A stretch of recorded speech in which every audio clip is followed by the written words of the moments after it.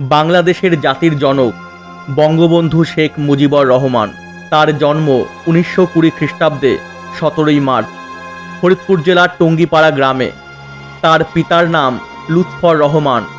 নিম্ন মধ্যবিত্ত ঘরের সন্তান হয়েও ছাত্রাবস্থায় মুজিবর দেশের রাজনৈতিক ক্রিয়াকলাপের সঙ্গে যুক্ত হন। 1942 খ্রিস্টাব্দে ফরিদপুরের গোপালগঞ্জ থেকে ম্যাট্রিক ও 1947 খ্রিস্টাব্দে কলকাতায় ইসলামিয়া কলেজ থেকে বিএ পাশ করেন। কলকাতায় পড়ার সময়েই তিনি নিখিল ভারত মুসলিম স্টুডেন্টস লীগের সদস্যভুক্ত হন।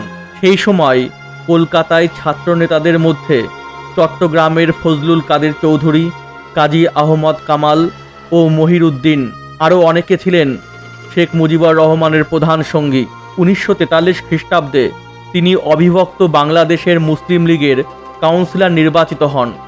শেখ মুজিবরের রাজনৈতিক জীবন শুরু হয়েছিল মুসলিম লীগের রাজনীতি দিয়ে। এই রাজনীতিতে ছিল দ্বিজাতি তত্ত্বের ধারণা, অপরপক্ষে প্রাদেশিক স্বায়ত্ত শাসনের দাবি। কিন্তু দ্বিজাতি তত্ত্বের ভিত্তিতে পাকিস্তান সৃষ্টির কিছুকালের মধ্যেই তিনি প্রথম ধারণা থেকে সরে এসেছিলেন। মুজিবরের চিন্তা জগতের এই পরিবর্তন সাধিত হয়েছিল প্রথমে শাহেদ সোহরাওয়ার্দীর প্রভাবে, পরে মৌলানা ভাসানীর সান্নিধ্যে আসেন। তথাকথিত দ্বিজাতি তত্ত্ব খণ্ডিত হয়ে গিয়েছিল 1947 খ্রিস্টাব্দে শরৎ বসু ও কিরণ শঙ্কর রায়ের সঙ্গে, যখন সোহরাওয়ার্দী ও আবুল হাসিম সার্বভৌম অখণ্ড বাংলা রাষ্ট্র গঠনের প্রস্তাব দেন। ওই বছরই করাচিতে অনুষ্ঠিত হয় নিখিল ভারত মুসলিম লীগের সর্বশেষ কাউন্সিল অধিবেশন। এই সভায় সোহরাওয়ার্দীর মুসলিম লীগের নীতির সংস্কারের প্রস্তাব করেন। তিনি চেষ্টা করেন সকল সম্প্রদায়ের নাগরিকদের প্রবেশাধিকার যুক্ত একটি রাজনৈতিক সংগঠনে রূপান্তরিত করতে। দুঃখের বিষয়, তার সে চেষ্টা ব্যর্থ হয়। পূর্ববঙ্গ সরকার সোহরাওয়ার্দীর ওপর নানা প্রকার বাধা নিষেধ আরোপ করেন। শেষ পর্যন্ত পূর্ব বাংলা থেকে তাকে বহিষ্কৃত হতে হয়। সোহরাওয়ার্দী চলে যান করাচিতে।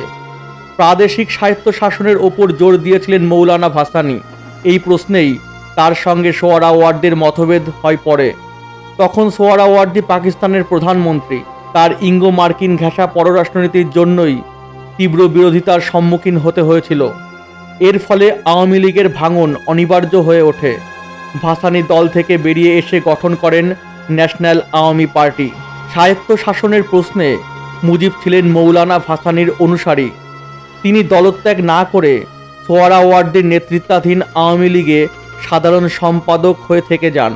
1963 খ্রিস্টাব্দে সোহরাওয়ার্দীর মৃত্যুর পরে মুজিবুর রহমানই হলেন আওয়ামী লীগের সর্বেসর্বা।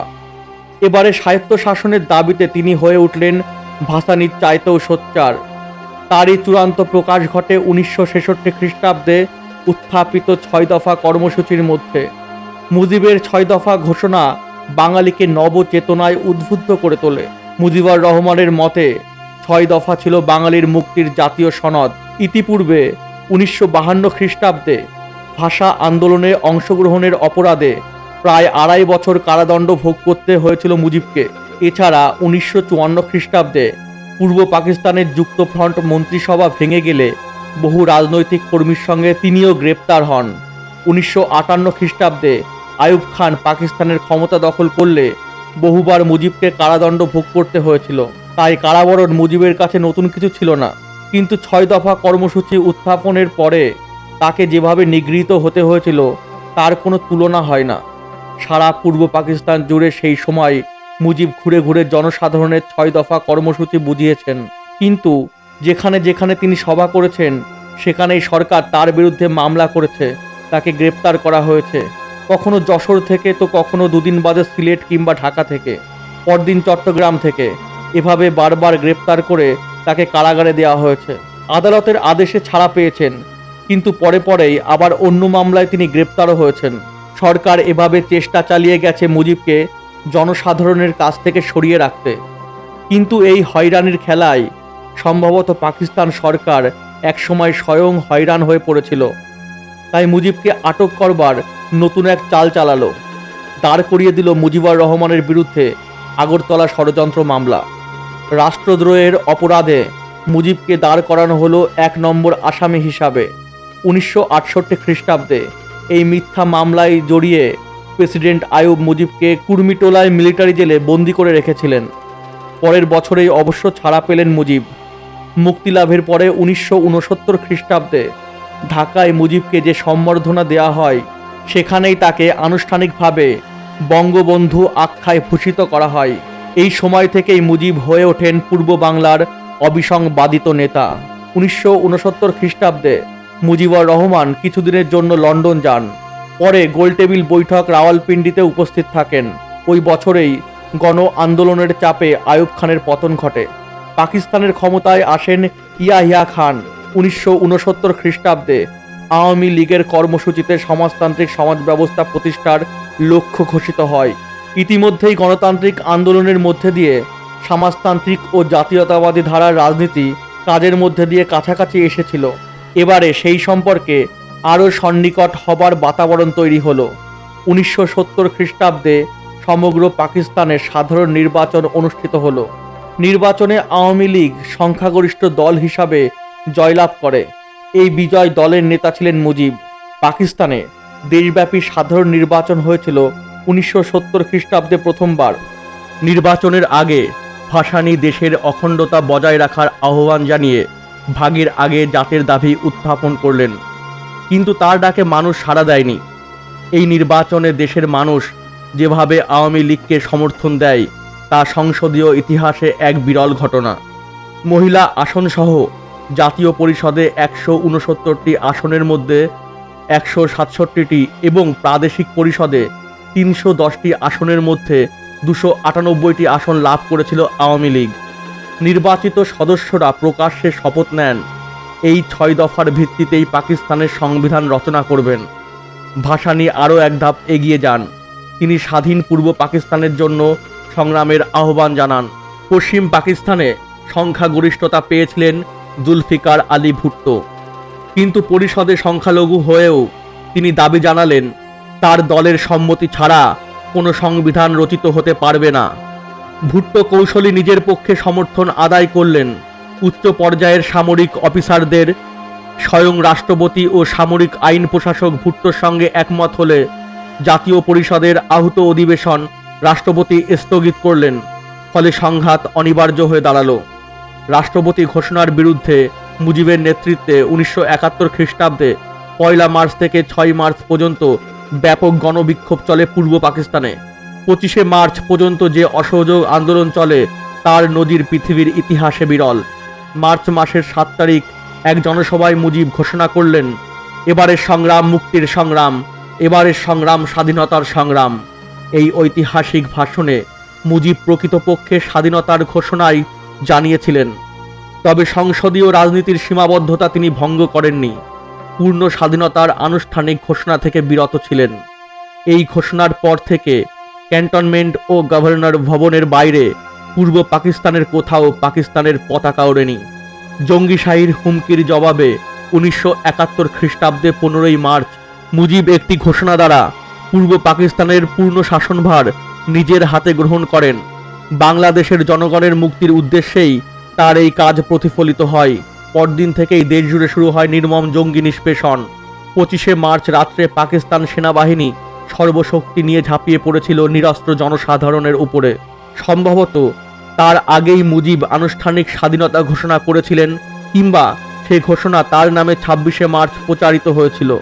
25 থেকে 26 মার্চ মধ্যরাতে পাকিস্তান সেনাবাহিনী মুজিবকে গ্রেপ্তার করে তাকে পশ্চিম পাকিস্তানে নিয়ে যাওয়া হয়।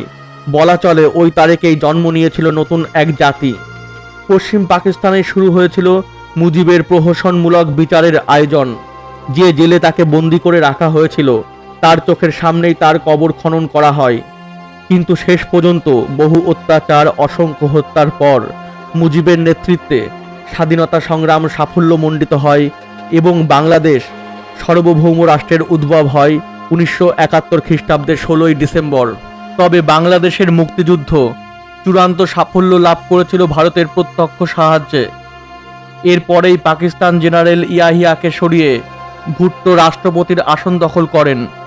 বিশ্ব জনমতের চাপে তিনি মুজিবকে মুক্তি দিতে বাধ্য হন। 1972 খ্রিস্টাব্দে 10 জানুয়ারি মুক্তি লাভ করে বঙ্গবন্ধু প্রত্যাবর্তন করেন স্বাধীন স্বদেশে। এবং দেশ পরিচালনার দায়িত্ব গ্রহণ করেন। নবীন রাষ্ট্রের কর্ণধার রূপে মুজিবের প্রধান কৃতিত্ব হল 1972 খ্রিস্টাব্দে একটি সংবিধান রচনা। এই সংবিধানে রাষ্ট্র পরিচালনার মূলনীতি ঘোষিত হয় জাতীয়তাবাদ, গণতন্ত্র, ধর্মনিরপেক্ষতা ও সমাজতন্ত্র। তার অপর কৃতিত্ব হল 1973 খ্রিস্টাব্দে জুনে অপেক্ষাকৃত অবাধ সাধারণ নির্বাচন অনুষ্ঠান এবং যুদ্ধবিধ্বস্ত দেশের পুনর্গঠন। মুক্তিযুদ্ধের প্রত্যক্ষ ফল যা হয়েছিল তা হল দেশের মধ্যবিত্তের স্বপ্নের সঙ্গে নিম্নবিত্তদের আশা আকাঙ্ক্ষাও যুক্ত হয়েছিল। তবে এই দুয়ের মধ্যে বিরোধও ছিল অনেক ক্ষেত্রে। সদ্য সমাপ্ত যুদ্ধের ফলে অস্ত্রশস্ত্র ছড়িয়ে পড়েছিল চারিদিকে, বিভিন্নভাবে তার প্রয়োগও হচ্ছিল নানা দিকে। অনিবার্যভাবেই দেশে দেখা দিল বিশৃঙ্খলা। এর পেছনে সরকার সমর্থকদেরও মদত ছিল। ফলে দক্ষিণপন্থী ও বামপন্থীদের সকল চেষ্টা ব্যর্থ করে দিয়ে সুযোগ সন্ধানী ও সুবিধাবাদীর ভিড় ক্রমশই শক্তি কেন্দ্রে বৃদ্ধি পেতে থাকে। নানা কারণে নতুন সরকারের প্রতি সামরিক বাহিনীও সন্তুষ্ট রইল না। এই সময়ে আন্তর্জাতিক পরিস্থিতির অস্থিরতার ফলস্বরূপ দেশজুড়ে দেখা দিল দুর্ভিক্ষ।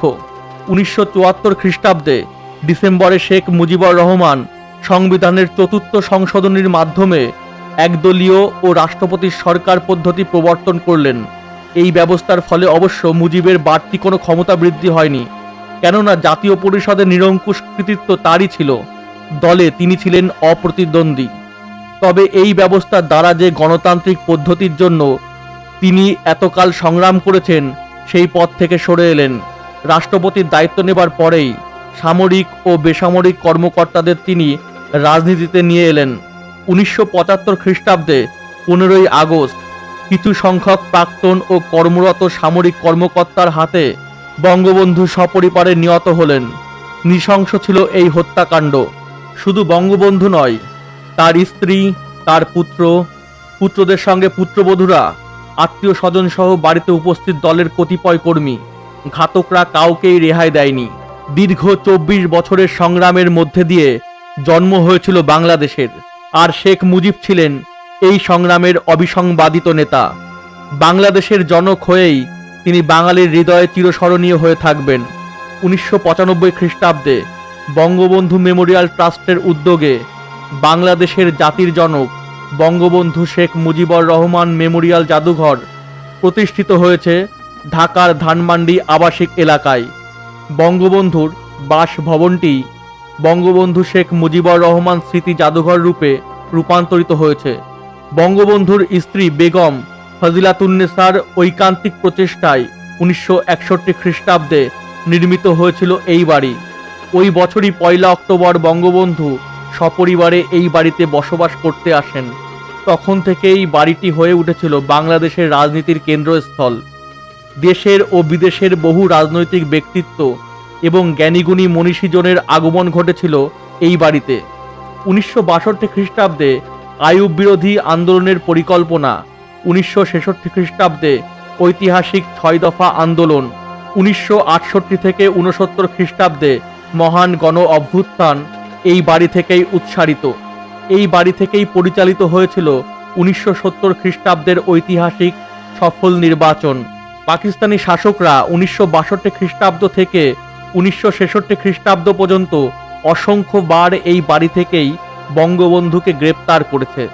1971 খ্রিস্টাব্দে দেশ জুড়ে অসহযোগ আন্দোলনের সময় আমলা শ্রেণী ইয়াহিয়ার সামরিক হুকুম অগ্রাহ্য করে যে নির্দেশনামা পালন করত তা বঙ্গবন্ধু এই বাড়ি থেকেই পাঠাতেন। তার সেই নির্দেশনামার ভিত্তিতেই অফিস, আদালত, ব্যাংক, বিমা সব সংস্থা পরিচালিত হতো। এই বাড়ি কেবল বঙ্গবন্ধুর বাড়ি হিসাবেই স্মরণীয় নয়, বাংলাদেশের মুক্তি সংগ্রামের ইতিহাসের সঙ্গেও নিবিড়ভাবে জড়িত। মুক্তিলাভের পর এই বাড়ি বসেই বঙ্গবন্ধু বাংলাদেশের প্রধানমন্ত্রী এবং প্রেসিডেন্ট হিসাবে দায়িত্ব পালন করেছেন।